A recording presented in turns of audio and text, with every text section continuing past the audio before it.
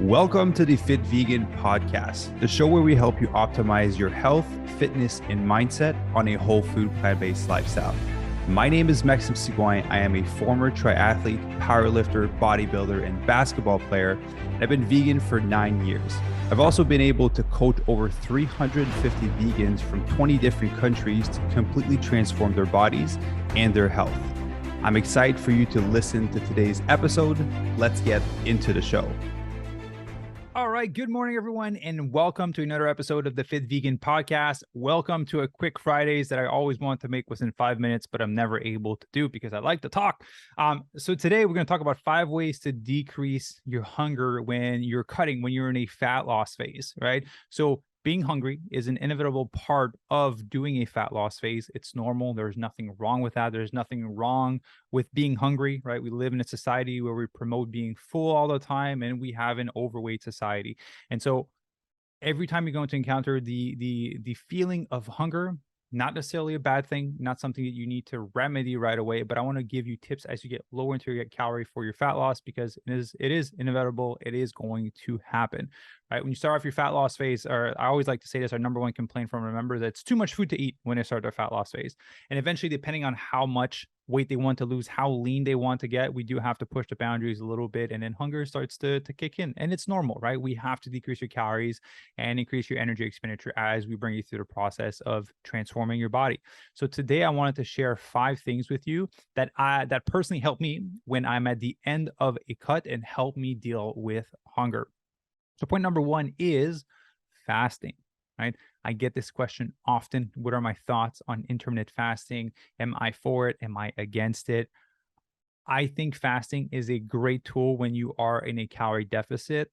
I do want to say that fasting is not a miracle solution for you to lose fat, because if you are fasting and you only eat in a 4-hour window and you eat 5,000 calories, you're still going to put on fat, right? Whatever hour of window you have, if you overeat on your calories, you're still going to put on fat. It's not a magical solution for you to not store fat.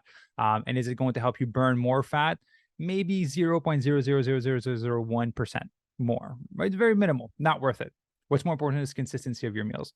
But the reason I put fasting on that list, and if I were able to change the name, I would just say it as delaying my calories for the day, right? Because I don't know for you guys, when I eat in the morning, it opens up my appetite and then I'm hungry all day.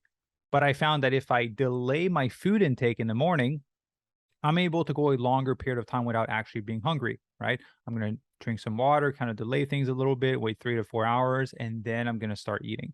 So fasting, AKA delaying your calories for the day, allows me to feel satiated and go to bed not hungry, right? Nothing wrong with being hungry, but going to bed hungry is a rough one, right? It does affect you. So if I delay my food intake, for example, I have 2,500 calories to eat.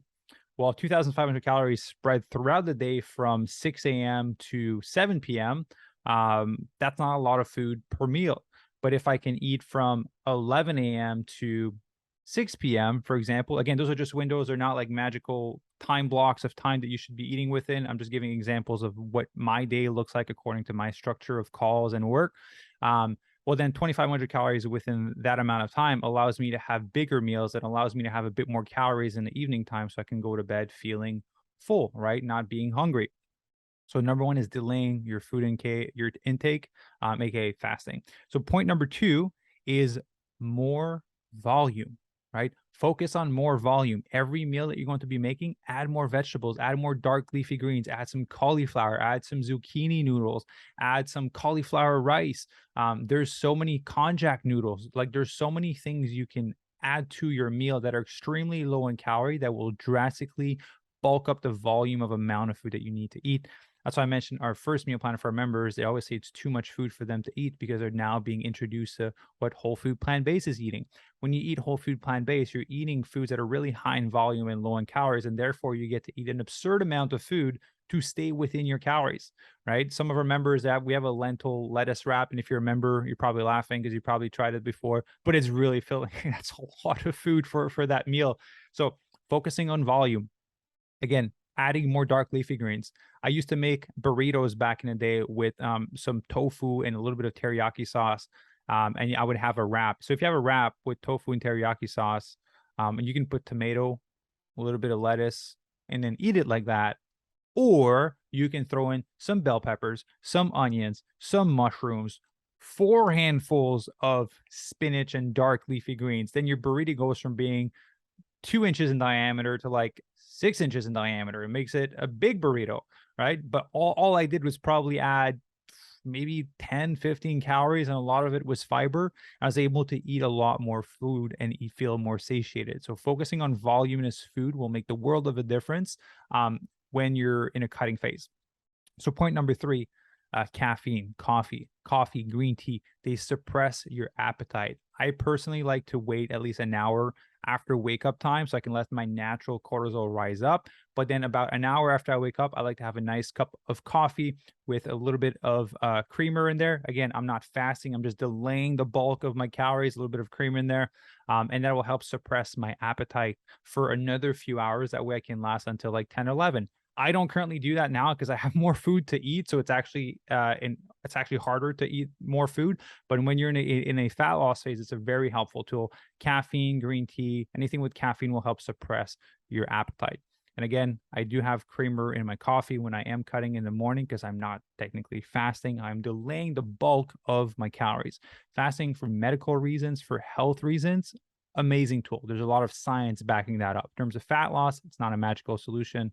Just helps me delay my calories. So point number, so that was 1, 2, 3. Oh, sorry, I missed point number 3. So I'll put it as point number 4, which is minimize calorie density. So there's a lot of foods that you are potentially eating right now that are really dense in calories and don't take up a lot of volume, right? Let's just, as an example, let's grab oil. A tablespoon of oil is about 100 calories. That's the equivalent of 1 banana. So I don't know for you, but what is more filling, a full banana or a tablespoon of oil? I'd rather have the banana, right? I'm not saying it's a perfect substitute, but I'm just saying in terms of example of calorie density. If you need some fats, eating walnuts versus a tablespoon of oil, you will get more fiber and more vitamins and nutrients out of a walnut, out of an almond, than you would out of oil. Maybe there's certain foods that you like to include. For example, a wrap, like I just talked about, making a big burrito with some tofu and different types of vegetable. Well, the wrap is probably going to be like 110 calories. You can make a lettuce wrap instead. And then for your carbs, you can have potatoes because you're going to be able to have a lot more potatoes for the amount of calories than you would for a wrap, right? So making those little switches from foods that are calorie dense to foods that are a little bit less calorie dense is going to allow you to eat even more volume, all right? But when you're bulking, then you get to have some of those more calorie dense foods, which is great. So, but again, when you're cutting, remove those calorie dense foods, all right? So the other point is hydration, right? A lot of time hunger will be hidden as you being dehydrated. So making sure you drink enough water throughout your day, 2 to 3 liters for women, 3 to 4 liters for men. When I'm really low on my calories and I'm in my cut, I like to have sparkling water. I don't know why, but the little bubbles kind of just fill me up and they allow me to kind of delay my calories some more for the next meal. So making sure you're hydrated, and then sparkling water if you want that add that as a tool. And I'm just going to give you a bonus point. And the bonus point is sleep properly. And I know this is an annoying thing to hear repetitively. Most people don't do it. I've been doing it for the past 4 months, and it's been a complete game changer in terms of my performance and my ability to be productive. But lack of sleep will increase your hunger levels and will increase your craving level, which will make it more challenging for you to not go for those calorie dense foods. And it'll make it more challenging for you to feel satiated. So if you just get a good night of sleep, it'll tremendously help with your amount of hunger when you're lower in calorie. And also the other added bonus is you sleep longer, so you awake less longer, so you don't have to go for a longer period of time with less food, right? So it just makes sense there. So boys, get a good night of sleep, good quality night of sleep. It's going to make the world of a difference in your hunger and your craving levels, because man, those cravings are never for carrots or cherry tomatoes or strawberries. Usually they're for chocolate, they're for chips, or for things that are really dense in those calories. So just to reiterate the 5 points plus the bonus: fasting, aka delaying your calories. Second, focusing on volume, so adding more greens, more vegetables, using konjac noodles, cauliflower rice, zucchini noodles to bulk up your meals. Point number 3 is minimize calorie density. So, for example, oil versus walnut, or like a lettuce wrap versus a full wrap. Coffee suppresses your appetite, so it's great to use it in the morning. But disclaimer, cut caffeine 10 hours before bedtime because it has a half-life of 10 hours, meaning if you drink coffee in the morning, then 10 hours, for example, you have 200 milligrams of caffeine in the morning, 10 hours later, there's 100 milligrams left in your body, right? And you're going to go to bed in like 4 hours. So don't drink caffeine too close to bedtime. I always cut my caffeine around like 10 a.m. So I can be able to fall asleep at 10 p.m. at night.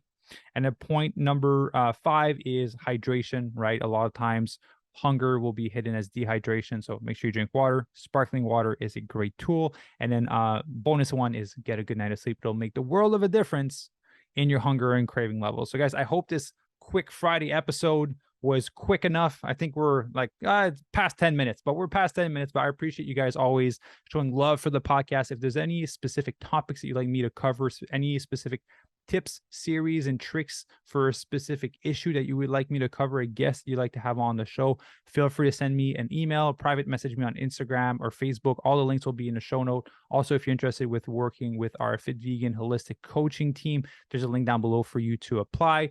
We do have, I believe, like 3 spots left for the program at this point. We're approaching full capacity right now. So if you want to jump on those calls, the link is down below. And if not, I hope you guys enjoy the podcast, enjoy the value. Be sure to leave it a 5-star review, and I will see you guys on Monday, and have a good weekend. Take care.